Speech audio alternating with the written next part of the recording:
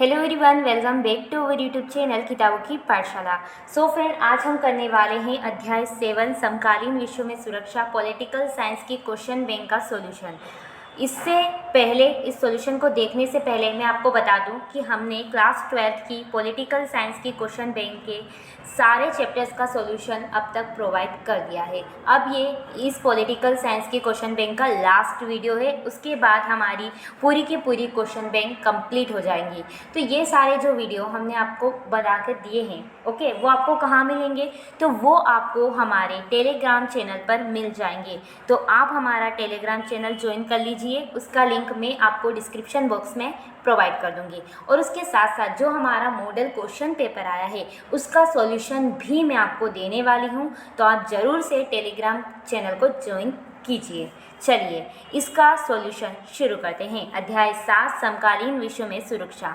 First question है, बहुविकल्पीय प्रश्नों के उत्तर दीजिए, जिसमें फर्स्ट है सीवियर एक्यूट रिस्पिरेटरी सिंड्रोम क्या है? बीमारी है, व्यापार है, सैनिक संगठन है या एक एनजीओ है? तो राइट आंसर रहेगा बीमारी है।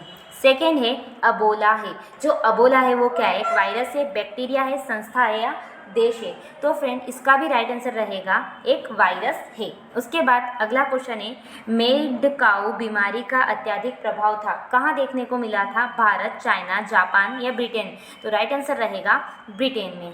उसके अलावा संयुक्त राष्ट्र संगठन है, एक राष्ट्रीय संगठन, प्रादेशिक संगठन, अंतर्राष्ट्रीय संगठन या क्षेत्रीय संगठन? तो आप सबको पता है संयुक्त राष्ट्र संघ, जिसको हमने चैप्टर नंबर 6 में पढ़ा, एक इंटरनेशनल ऑर्गेनाइजेशन यानी कि अंतर्राष्ट्रीय संगठन है। उसके बाद अगला है रेड क्रॉस संबंधित है, किससे संबंधित है? व्यापार से, चिकित्सा से, किसान से या मजदूरों से? तो चिकित्सा से संबंधित है। तो इस तरीके से सही विकल्प कंप्लीट होते हैं। बात करेंगे सत्य असत्य की।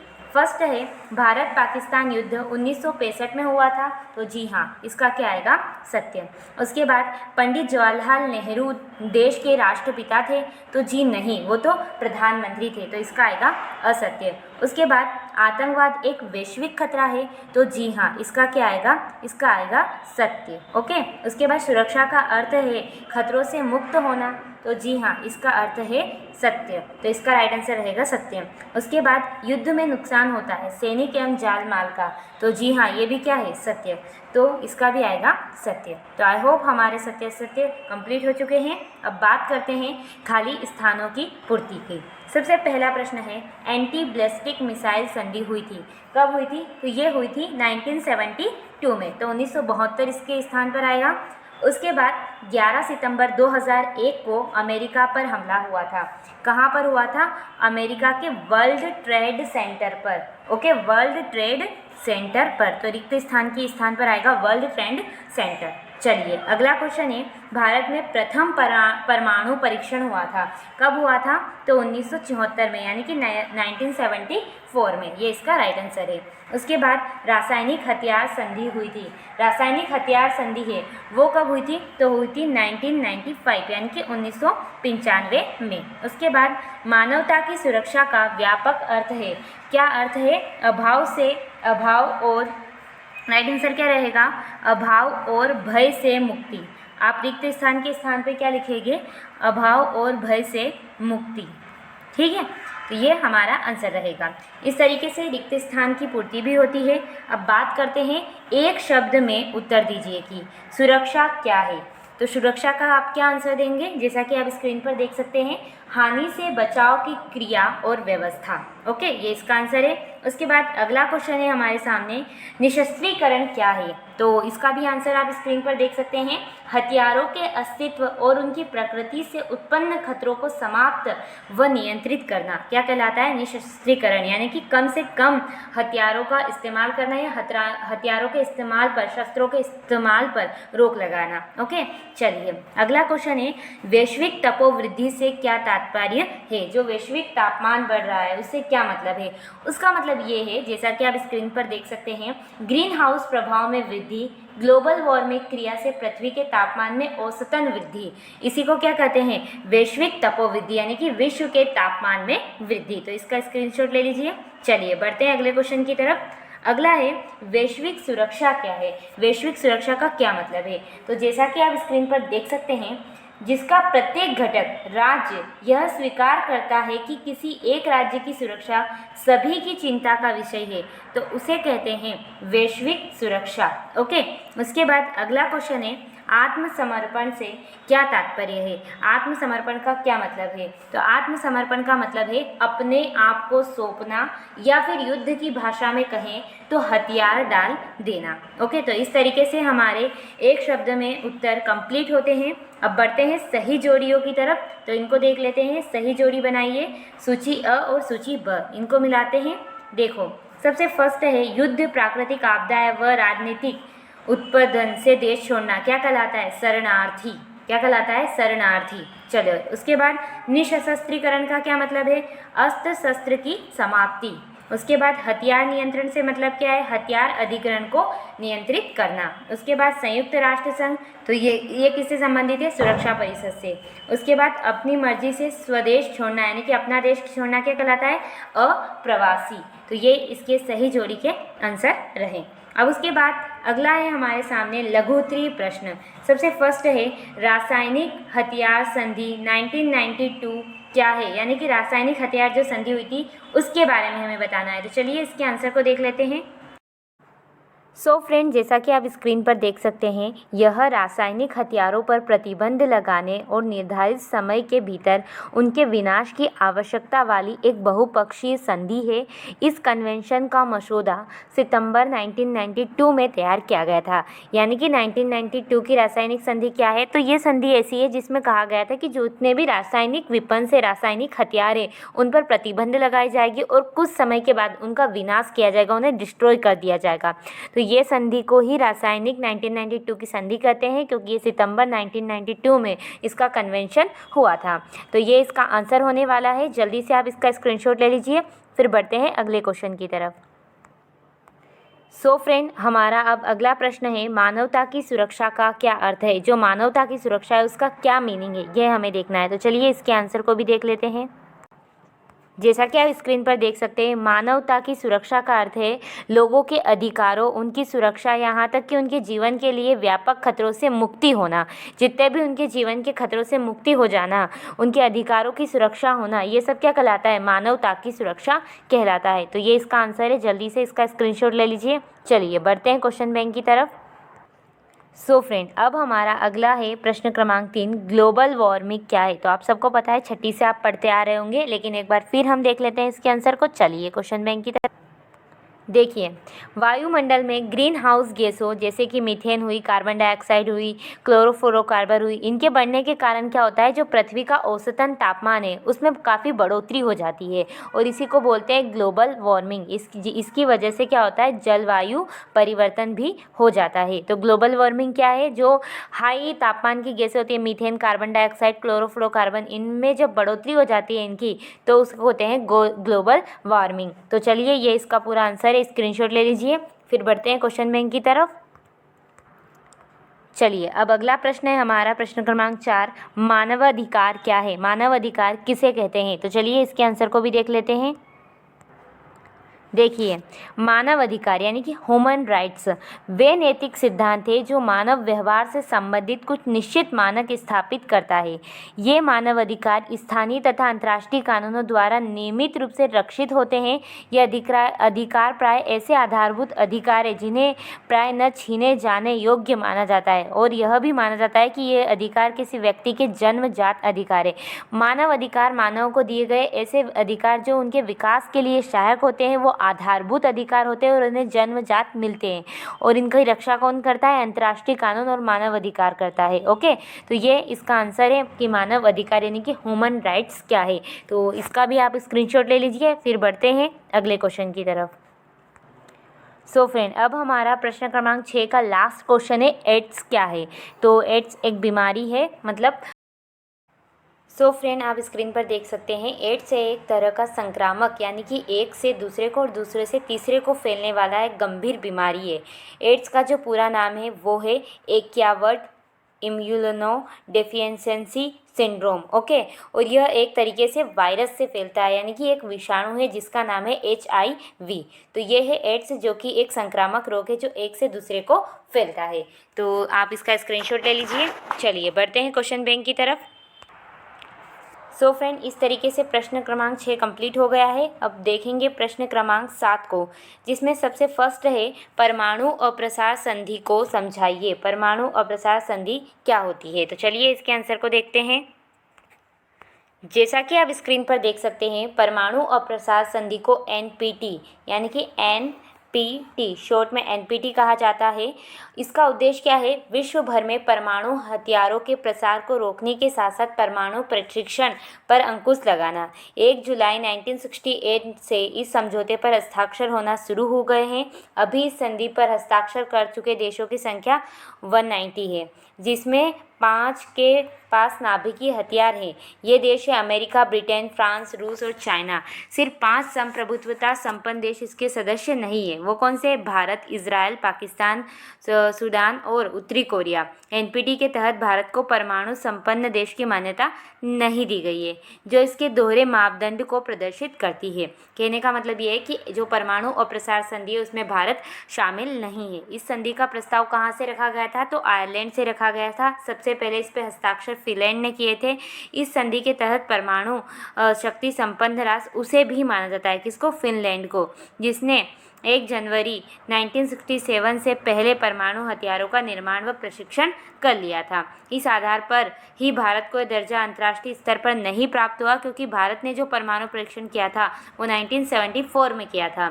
उत्तरी कोरिया ने इस संधि पर हस्ताक्षर किए, इसका उल्लंघन किया और फिर इससे इसे बाहर कर दिया गया। तो ये है NPT यानी कि परमाणु अप्रसार संधि, यानी कि परमाणु पर रोक लगाने की संधि। तो चलिए इसका जल्दी से स्क्रीनशॉट ले लीजिए।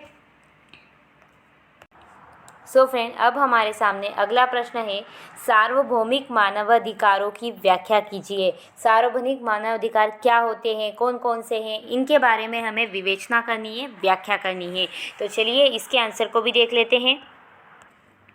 जैसा कि आप स्क्रीन पर देख सकते हैं, मानव अधिकारों को सार्वभौमिक अधिकार कहा जाता है, जिसका प्रत्येक व्यक्ति अपना लिंग, जाति, पंथ, धर्म, संस्कृति, सामाजिक, आर्थिक स्थिति या स्थान की परवाह किए बिना हकदार है। ये वो मापदंड है जो मानव व्यवहार के कुछ मानकों का वर्णन करते हैं और कानूनों द्वारा संरक्षित है। पृथ्वी पर रहने वाले हर इंसान को जीवित रहने का अधिकार देते हैं। तो मानव अधिकार क्या है? एक सार्वभौमिक अधिकार है जो सभी मनुष्यों के लिए बनाए गए हैं। अधिकार के कुछ प्रकार हैं, जैसे कि जिंदगी जीने का अधिकार, आज़ादी और निजी सुरक्षा का अधिकार, समानता का अधिकार, सक्षम न्यायाधिकरण द्वारा बचाव का अधिकार, कानून के सामने व्यक्ति के रूप में मान्यता का अधिकार, भेदभाव से स्वतंत्रता, दासता से स्वतंत्रता, अत्याचार से स्वतंत्रता, मनमानी, गिरफ्तारी और निर्वासन से स्वतंत्रता। तो ये मानव को कुछ मूलभूत अधिकार दिए गए हैं। इन्हीं को क्या कहते हैं? मानवाधिकार या मानव अधिकार, सार्वभौमिक मताधिकार कहा जाता है। मानव अधिकार हर व्यक्ति को दिए गए मूल अधिकार है। सार्वभौमिक होने के लिए इन अधिकारों को कानून द्वारा संरक्षित किया जाता है। हालांकि दुर्भाग्य से कई बार राज्यों, व्यक्तियों या समूहों द्वारा उल्लंघन किया गया है। इन मूल अधिकारों में से व्यक्ति को वंचित करना अमानवीय है। यही कारण है कि इन अधिकारों को सुरक्षा के लिए कई संगठन स्थापित किए गए हैं। ओके, तो उन संगठनों के बारे में भी अगले क्वेश्चन में हम देखेंगे। तो यही था मानव अधिकारों की व्याख्या। तो सबसे पहले क्या है उसका स्क्रीनशॉट, फिर किस किस प्रकार के उनका स्क्रीनशॉट, और फिर कुछ अन्य बातें। आई होप आपने अच्छे से स्क्रीनशॉट ले लिया होगा। अब चलते हैं अगले क्वेश्चन की तरफ। सो फ्रेंड, अब हमारा अगला प्रश्न है, एमनेस्टी इंटरनेशनल संगठन की समीक्षा कीजिए। जो एमनेस्टी इंटरनेशनल संगठन है उसकी हमें समीक्षा करनी है कि वो कौन सा संगठन है, क्यों बनाया गया है, इसके बारे में हमें बताना है। तो चलिए इसके आंसर को देख लेते हैं। सो फ्रेंड, जैसा कि आप स्क्रीन पर देख सकते हैं, एमनेस्टी इंटरनेशनल संगठन एक अंतर्राष्ट्रीय स्वयंसेवी संस्था है जो अपना उद्देश्य मानवीय मूल्यों एवं मानवीय स्वतंत्रता को बचाने एवं भेदभाव मिटाने के लिए शोध एवं प्रतिरोध करने एवं हर तरह के मानवाधिकारों से लड़ना बचाती है। बताती है। इस संस्था की स्थापना ब्रिटेन में की गई थी। यानी कि जो ये एमनेस्टी इंटरनेशनल संगठन है, ये क्या करता है, मानव अधिकारों के लिए लड़ना बताता है हमें। हमारे बीच में हमारी मानवीय स्वतंत्रता तथा मानवीय मूल्यों को अगर खतरा होता है तो उसके खिलाफ आवाज़ उठाता है, और इसकी स्थापना ब्रिटेन में की गई है। एमनेस्टी मानव अधिकारों के मुद्दों पर बहुप्रदेशीय प्रचार अभियान चलाकर शोध कार्य कर पूरे विश्व का ध्यान उन मुद्दों की ओर आकर्षित करने एवं विश्व में जनमत तैयार करने की कोशिश करता है। ऐसा करके वे खास सरकारों, संस्थाओं तथा व्यक्तियों पर दबाव बनाने की कोशिश करता है। लेकिन इस संस्था की हमेशा यह कहकर आलोचना की जाती है कि पश्चिमी देशों के लिए इस संस्था में हमेशा एक खास पूर्वाग्रह देखा जाता है। 25 अक्टूबर 2018 को इसके बेंगलुरु स्थित दफ्तर व इसके निदेशक आकार पटेल के घर ईडी ने फेमा के उल्लंघन के आरोप में छापे भी मारे थे। यानी कि ये एक ऐसा संगठन है जो मानव अधिकारों की रक्षा करने के लिए मानव अधिकारों से जुड़े कार्य करता है, और अगर कहीं पर उल्लंघन हो रहा है तो वहाँ पर लोगों का ध्यान खींचने की कोशिश करता है। लेकिन कुछ इसकी आलोचना भी की गई है। ओके, तो ये इसका आंसर होने वाला है। तो इस पूरे आंसर का स्क्रीनशॉट ले लीजिए एक साथ में। चलिए बढ़ते हैं क्वेश्चन बैंक की तरफ। सो फ्रेंड, अब अगला प्रश्न है, शक्ति संतुलन को समझाइए। यानी कि शक्ति संतुलन क्या है। तो चलिए इसके आंसर को भी समझते हैं। तो देखिए स्क्रीन पर, शक्ति संतुलन सुरक्षा नीति का मुख्य तत्व है। जब कोई देश अपने आसपास में देखता है तो वो पाता है कि कुछ मुल्क क्या है, छोटे हैं और कुछ बड़े हैं। हम भी अगर भारत वाले भी देखें तो नेपाल जैसे एक छोटा देश है, वहीं उसकी तुलना में पाकिस्तान थोड़ा बड़ा है, चाइना और बड़ा है। तो इससे हमें क्या होता है, एक इशारा मिल जाता है कि भविष्य में किस देश से उसे खतरा हो सकता है। जिस कारण सरकार क्या करती है, दूसरे देशों से शक्ति संतुलन का पलड़ा अपने पक्ष में बैठाने के लिए जी तोड़ कोशिश करती है। और शक्ति संतुलन को कायम करने के लिए सरकार को अपने राष्ट्र की सैन्य शक्ति बढ़ानी पड़ती है तथा साथ ही आर्थिक व प्रौद्योगिकी ताकत भी बढ़ानी पड़ती है। और क्योंकि सैन्य शक्ति क्या होती है, ताकत का आधार होती है। ओके, तो शक्ति संतुलन का अगर मैं आपको अपनी लैंग्वेज में एक्सप्लेन करूँ तो सिंपल सी बात यह है कि एक देश यह है जो कि काफ़ी बड़ा है, एक छोटा है, तो उसको पता है कि ये मेरे साथ देश है वो कभी भी मुझ पर हमला कर सकता है। इसलिए वो क्या करता है, इस देश के पास जितनी शक्ति है उतनी शक्ति बढ़ाने की कोशिश करता है। ओके, और कहीं ना कहीं दोनों देश एक दूसरे की शक्ति में संतुलन स्थापित करने की कोशिश करते हैं, और इसी को कहा गया शक्ति संतुलन, और इसी कारण इसे सुरक्षा नीति का मुख्य तत्व माना गया है। तो ये इसका आंसर है। जल्दी से इसका स्क्रीनशॉट ले लीजिए। बढ़ते हैं फिर क्वेश्चन बैंक की तरफ। सो फ्रेंड, अब हमारा बिल्कुल लास्ट क्वेश्चन बचा है इस चैप्टर का, इस क्वेश्चन बैंक का भी। उसके बाद हमारी पूरी क्वेश्चन बैंक कंप्लीट हो जाएगी। चलिए तो इसके आंसर को भी अच्छे से समझ लेते हैं। संयुक्त राष्ट्र संघ के बिना हम आधुनिक विश्व की कल्पना नहीं कर सकते। समीक्षा कीजिए, हमें बताना है कि जो हमारा यूएनओ है वो कितना इम्पोर्टेंस रखता है आज की मॉडर्न वर्ल्ड में। चलिए तो इसके आंसर को देखते हैं।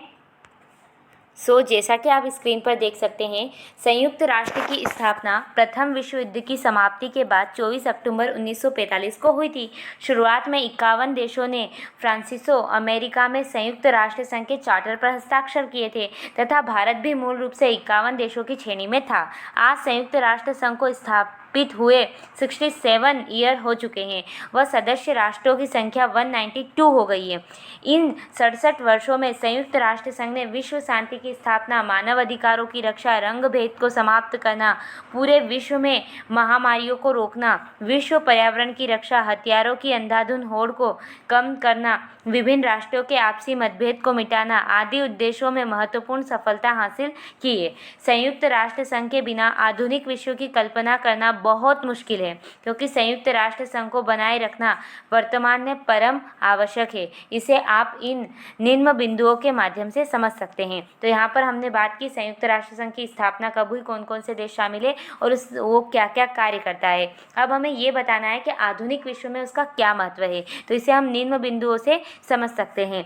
जैसा कि सबसे पहली बात तो यह कि संयुक्त राष्ट्र संघ अमेरिका तथा विश्व में अनेक अन्य देशों के बीच विभिन्न मुद्दों पर वार्ता करा सकता है। कौन? संयुक्त राष्ट्र संघ। इसके द्वारा छोटे व कमज़ोर देश अमेरिका से किसी भी मुद्दे पर क्या कर सकते हैं? वार्ता कर सकते हैं।